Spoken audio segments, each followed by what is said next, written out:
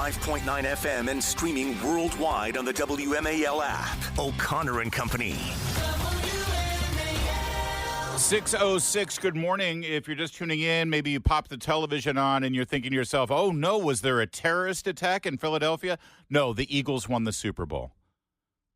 That's what happened. That's why the city is torn apart and set on fire. And it's just Eagles fans being Eagles fans. It's all good. Don't worry.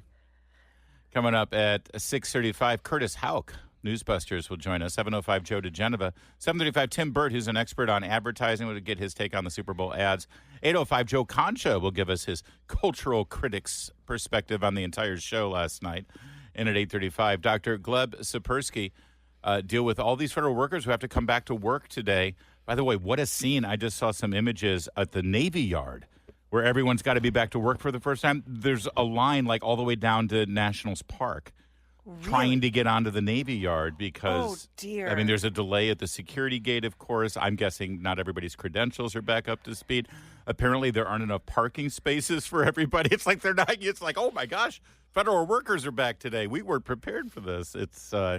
So if you're stuck in all that and if you're one of the people getting back to work, well, I mean, we feel your pain.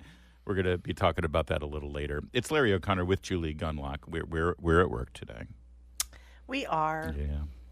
We never stopped. Joining us right now is Sean Kennedy. He, of course, from Virginians for Safe Communities, and I'd like Arlington to be a safe. I'd like. Here's what safe communities would be great, Sean.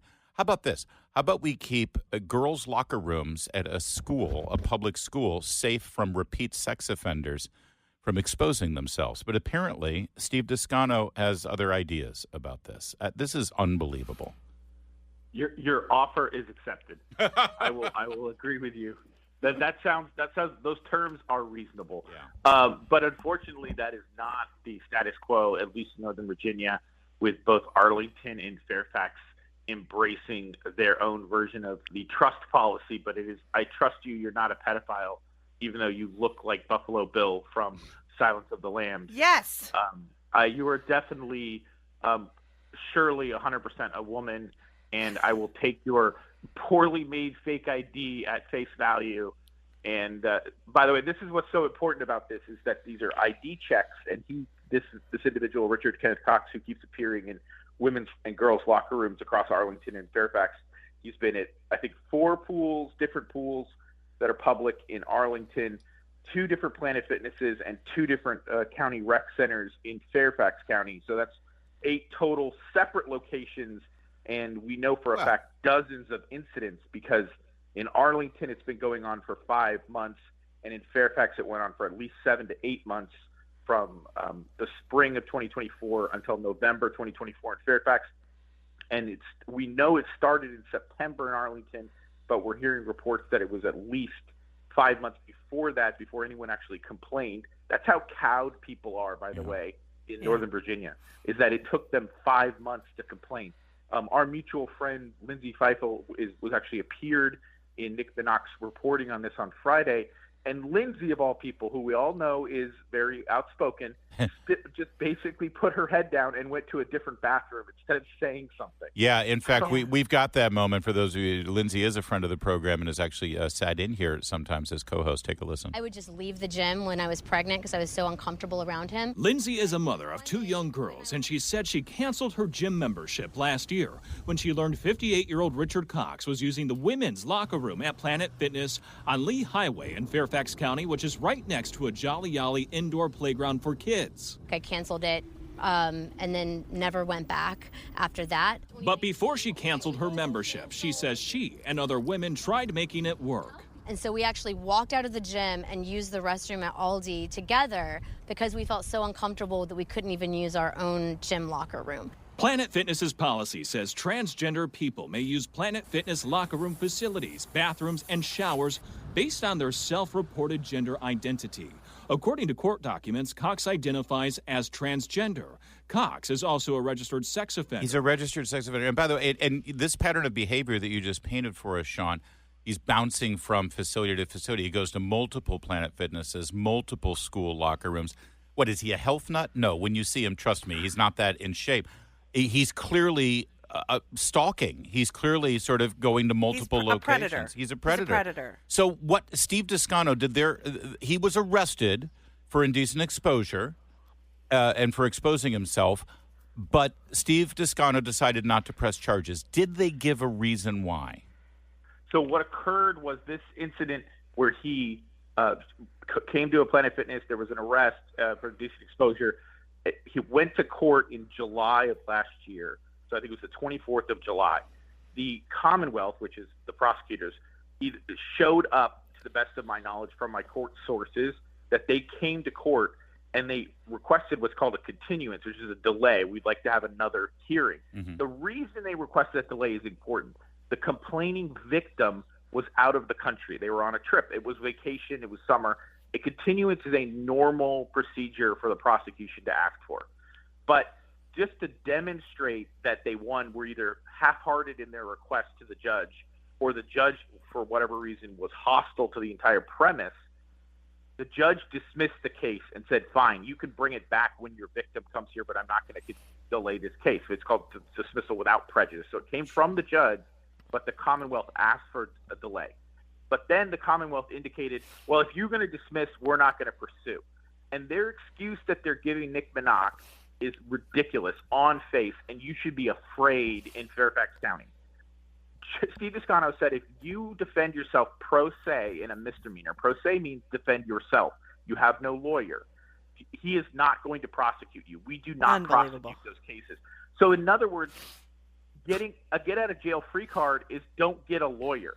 And why this matters is he was charged with similar crimes in Fairfax County in 2020 and got a public defender, and they sentenced him to 6 months. It's on the court records. You can look this up. So he did something almost identical and failed to register as a sex offender, which, by the way, is a felony, and they gave him 6 months. In this case, this guy they just convicted only a couple years ago did it again, and they said, oh, we're going to let him go because he says he's trans or we're too lazy or whatever. So then he does it in Arlington this dozen times that we have charges for just in Arlington. And he's simultaneously doing it at county facilities in Fairfax. And in November, he shows up at one, and they kick him out and say, what the heck are you doing? Then he does it again 2 weeks later. And here is the kicker that Nick Minock, I don't want to spoil this, but I've been talking to Nick about this. Nick is going to have something that's going to be blockbuster and pretty amazing, which is on body camera from both the police and the security film at these facilities. When they tell him, you can't use the girls' locker room, you're creeping people out and you're not a woman, he flips out and starts screaming, and the cops come and they're like, you have to leave. All right. Hold that thought. We got to get it. There's more to this story, and we're going to continue with Sean Kennedy, Virginians for Safe Communities. I know Julie's dying to get in on this now that we have all of the details, so we will. This is bottom line. Your Fairfax Commonwealth's attorney, Steve Descano, is just fine with this man repeatedly exposing himself to women and girls everywhere, all across Northern Virginia. Refuse to press charges against this repeat sex offender. It's 6:15 WMAL, making sense of the news. Live from the Home Paramount Pest Control Studios. Home Paramount, the leader in pest control since 1939. News and weather are brought to you by WAPA. And we continue. Julie, jump on in here as we discuss the case of Richard Cox, the man who has been exposing himself serially across all of Northern Virginia. Steve Descano had him arrested for indecent exposure to Planet Fitness. They refused to prosecute. Go ahead, Julie. Sean, it's interesting about him throwing a fit because ultimately this is about intimidation and bullying their way into women's bathrooms. But I do think it's really important because I don't think a lot of parents. I've talked to several of my friends, and I live in Alexandria, and they don't know that this policy exists, that people can get into the women's bathroom if they identify as a woman, even if they, as you pointed out, he really does look like Buffalo Bill from Silence of the Lambs.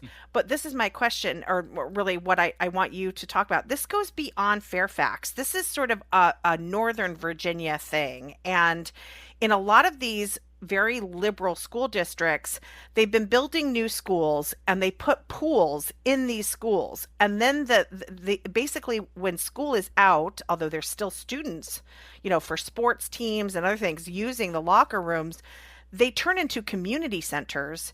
And so these predators can get into schools and use these schools, because a lot of people think, well, the schools are safe. This is happening at community centers or gyms.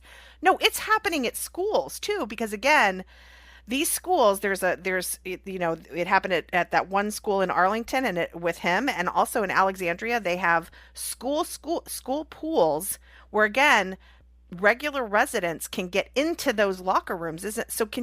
Are you aware of this? And do you think people are aware of this in general?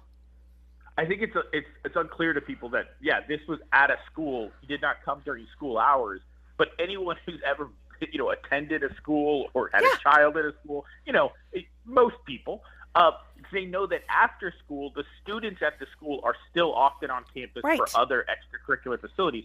So one of the mothers who spoke to Nick Minock pointed out that her daughter was there for swim lessons. I don't know if she was an actual student at that school, but there are little girls in these girls' locker rooms, and there are certainly students taking swim classes and lessons afterwards in the pool. But these facilities are completely open to the public, but who the public is, who you registered as, all this stuff, oftentimes it's just a day pass, and you show up with your ID. And this is what's also critical in this entire thing is this individual has gone by 6 different known aliases. We know 6 different aliases, and they're not all variations on his name. Some of them are James Edward Lord and all these other random names. And one of the charges he picked up in Arlington, and he's picked up repeatedly in other locations, is false identification to the police. So we're relying on this ID that he keeps putting forward, saying, I'm a woman, when the name on the ID may or may not be his real name, which is a registered sex offender. So Arlington's solution to this problem is they're going to check the entrance names against the sex offender database. Right. Well, he's produced a fake ID. So, of course, he's not going to be on the registered sex offender list because he's not the person on the ID. Well, to be fair, if my name were Richard Cox, I would go by an alias as well. I mean, that's just goes with that. By the way, if anyone wants to just be completely disheartened, Nick Minock at the bottom of his latest story has a list of the days, and Nick's not actually completely exhausted because he got a few more jail sentences, not just prison sentences. Yeah. But Nick has the 6 different or 5 different times he's been incarcerated in Virginia's Department of Corrections. The man over the last 30 years has been in prison 22 out of those 30 years. Like he just keeps going in from breaking and entering in an attempt to hurt some little girl, to actually hurting a little girl in 1992, to child pornography, to indecent exposure, on and on and on. Yeah. He keeps doing it. And in 2020, Steve Descano was in office. He was charged with failing to register as a violent sex offender repeatedly. He got 90 days, got out, and has done this over and over again.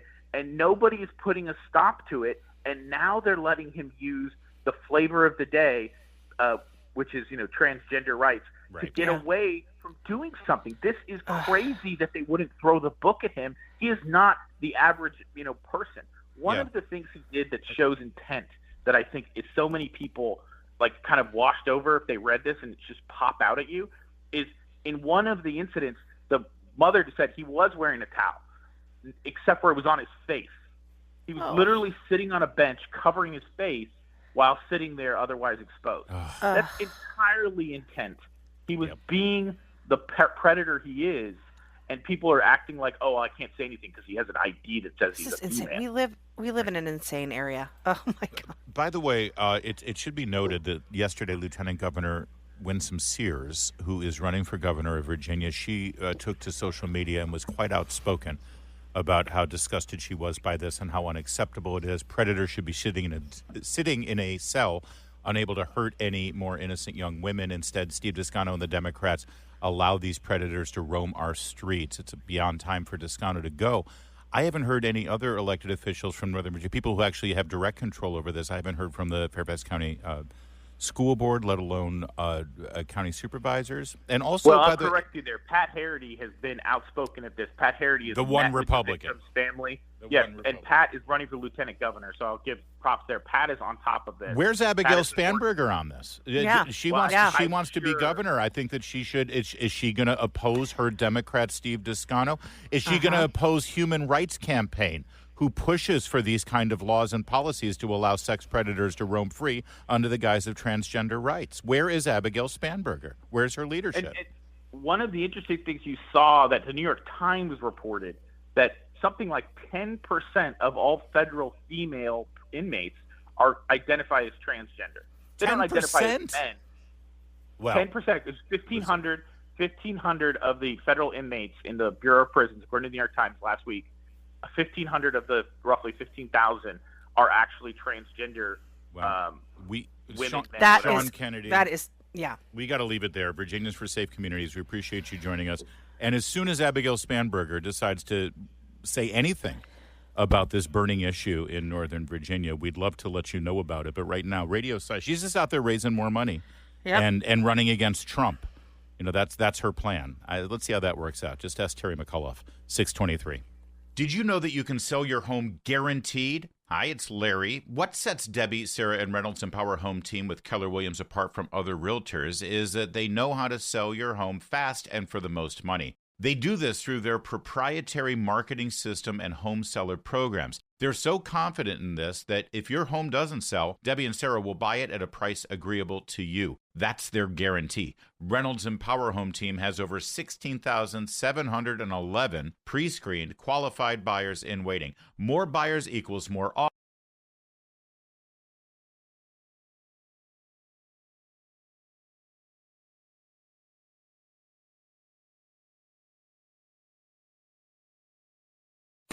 Now, on 105.9 FM and streaming worldwide on the WMAL app. O'Connor and Company. 6:36 on this busy post-Super Bowl Monday, and it's Get Back to Work Day here in D.C., and we're tracking that, especially down at the Navy Yard where the congestion is unbelievable. Keep it here if you need help getting back to work, lost your way, don't remember how to get there. Jamie Whitten will do everything she can every 10 minutes on the fives.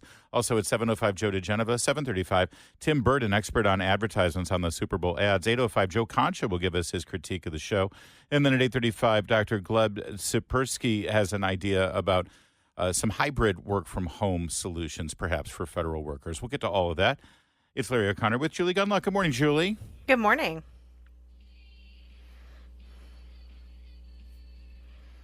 Love to talk about the Super Bowl, but we can't really. We have to talk about Taylor Swift. Those are the rules. I don't make them, but I certainly follow them. Joining us right now, Curtis Houck, managing editor of NewsBusters over at Media Research Center. Do want to talk about the media, how they cover stuff, but most importantly, you were very outspoken yesterday on X, the Everything app. That's Elon Musk's social media platform. You think that Taylor Swift is going to break up with Travis Kelce. You said it's 1,000% that it's going to happen, Curtis. Yeah, I mean, she likes winners, and she, you know, at a minimum, she might see this as good content. You know, yeah, that's when true. bad things happen to her, she's like, she's lost if she was embarrassed like this, she thinks there's going to be a song, maybe an album, just about this. Well, Curtis, you're usually right about everything, but you just said Taylor Swift likes winners, and she endorsed Kamala Harris. So, oh well, that's true. That's just true. Yeah. What did you make of Kendrick Lamar? Half of the country, more than half of the country, had no idea who Kendrick Lamar was. And after that halftime show, I think that everyone in America was thinking to themselves, why in the hell did this guy get the halftime show? It was just awful, wasn't it? I couldn't understand what was being said. I mean, like the beat, I was like, oh, I know that no. song? You know, like, that's about it, you know? Maybe. Okay, that beat sounds familiar, but, like, you know, it's kind of like seeing someone at a party. You're like, I know you. I'm sure I've met you before. Yeah. I kind of was like that about the entire thing. If you're going to do R&B, like, look, you know, for Super Bowl 56. No, that when was you had not Dr. R&B. That was not. We had Usher. Usher last year was great. That's R&B. Usher was terrific. Yes. Oh, Can I maybe just we could say, get some country.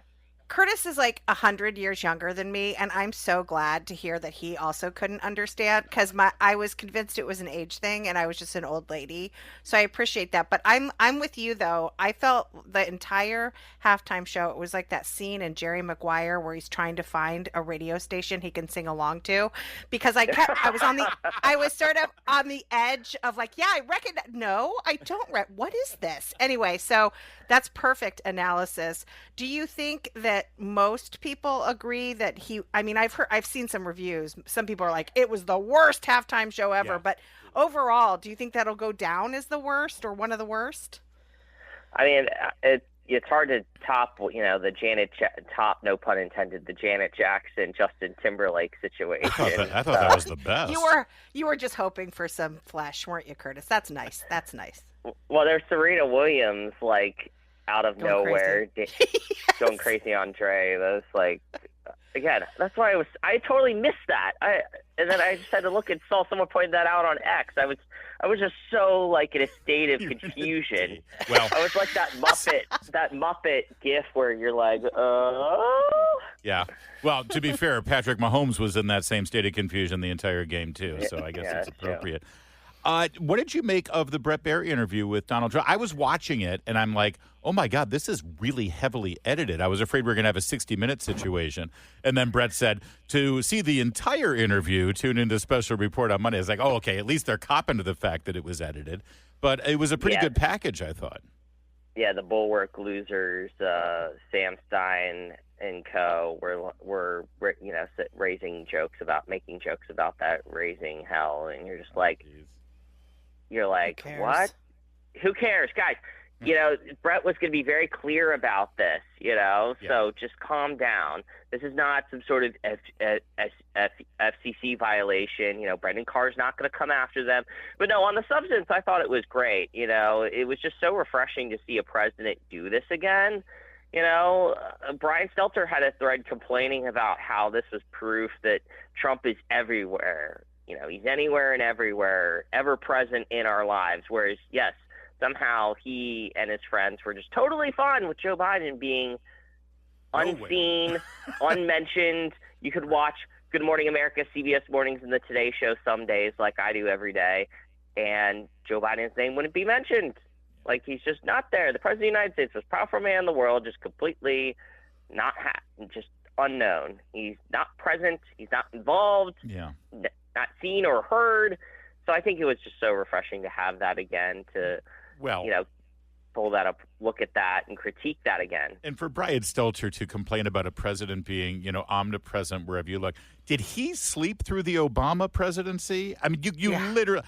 The Oscars, every award show, every sporting event, the NCAA basketball tournament. It was like you couldn't escape the Obama presidency.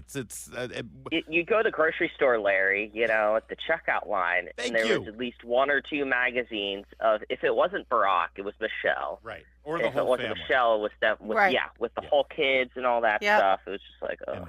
All right, Curtis, thank you for that rather jaundiced and cynical perspective on the entire Super Bowl. Honestly, you're an 85-year-old curmudgeon stuck in the very youthful. What are you, 27, Curtis? Come on, lighten up, man. Yeah, I was gonna say, never change, Curtis. Never change. It is 6:43. Making sense of your world. I can't believe this. News Talk 105.9 WMAL. And I am so with you. Making sense of the news. Saw an article on Business Insider. It featured a woman who started saving for retirement in her early 30s, and her goal was to leave the workforce a millionaire. Who doesn't want to do that? She took her plan to a financial advisor, got his thoughts, and he said, okay, 4 mistakes. Number 1, lack of contributions. Number 2, no tax diversification. Number 3, no income strategy. Number 4, not enough income streams. And you're thinking to yourself, okay, lack of contributions, I get. I can fix that. But the rest of that stuff, what? All right, these are mistakes that aren't uncommon. Abe Abish often meets with people who've worked hard to grow their nest egg during their earning years. But then when they get to retirement, they have no idea how to add protection, create tax efficiency, create the income streams that they're going to need for this next phase of their financial life. At Abish Financial, they want to empower you with knowledge through a plan customized to your goals. Call Abish Financial for a complimentary retirement income plan and report. 571-570-3559. 571-570-3559 or visit theretirementkey.com. Investment advisory services offered through Abish Financial Wealth Management, LLC, a registered investment advisor firm. Insurance services offered through Abish Financial Services, Inc., licensed in Virginia. Endorser has been compensated. Opinions are his own. This is Dr. Riggleman with DMV Weight Loss. In 2024, we were able to change the lives of thousands of people on our Metabolic Reset weight loss program. We know the secret. In Washington, D.C., as federal workers must comply with President Trump's executive order that says no more work from home, get your butts back where you belong in the office. And, well, people are complying, and I guess we weren't ready for that because, especially down at Navy Yard, there's a major backup because if you do work at Navy Yard, you have to get through the security gate. It's a military facility, either they were not set up and equipped and ready for the kind of volume that they're getting there at Navy Yard, or maybe people's, IDs are not, activated or something because they're getting stopped at the gate. Or I'm also told that they don't have enough parking spaces. But we could estimates are that there are more than 10,000 cars expected to be on D.C. streets today, more than we've seen since before the pandemic. This is going to be tough on people. It really is. Yeah. It is. If you're one of those people, we are sorry. We are. Yeah. And I know that it's been nice to work from home, especially because of this. I've always been a proponent, if possible, of working from home or having some level of hybrid situation. Yeah. And by the way, coming up at 8:35, we're going to speak with an expert on this who does advocate for some more hybrid situations. I think it's better for people to be home with their families if they can stay productive. It is a really tough situation, though, because there are people who, and look, I work for the Independent Women's Forum. We've had a work from home policies, way before COVID. So, we were cool before it was cool, and I'm a big advocate. I think it's pro mother, frankly. A lot of women want more flexibility in the workforce, but there's so many people who have taken advantage of it. So it's a terrible situation because, we've got some people who, look, they've built their life around this, right? They don't have childcare now. They sort of pinch hit for one another, mom and dad, and it's tough. It's going to be tough. It is at the same time. See, I'm sensitive to the federal workers who are now having to get back to work. I'm also sensitive to the people who work in the private sector who are like, I know. well, of course you have to get back to work. We've all been having to get back to work. Why should federal workers be any different? Regardless of what side of this argument you are, the one thing that we can all agree on is traffic is awful right now. Yeah. And we weren't equipped for it. And, of course, Charles Allen has taken to social media, a district councilman, saying, everybody take mass transit. No, people don't trust mass transit. They haven't trusted mass transit in years. And they're like, we don't have enough parking spaces for you. What kind of city planning is this that you don't have enough parking spaces for the federal employees? The District of Columbia District Council has one job, and that is to make sure this city functions for the federal government. Thank you for continuing. Thank you for continuing to point out why Doge is possible. Yes. You literally are spending money on transgender plays in Guadalajara, but you can't figure out a parking situation for federal workers in DC. It's absolutely ridiculous. All right, so if you're sitting there in traffic and you hate this and you said, that's it, I'm done with it, good news. The deadline is tonight for you to take the buyout from the federal government. That's right. So maybe we might have some changed minds. This may have been all part of the plan. It's like, let's bring it back to work and make it so awful that they fine, I'll take the buyout. And you might want to investigate that. It's a pretty good deal, actually. As I mentioned, at 8:35, we'll have an expert on hybrid work at home conditions, and he has some ideas for this federal workforce issue as well. It's 6:50.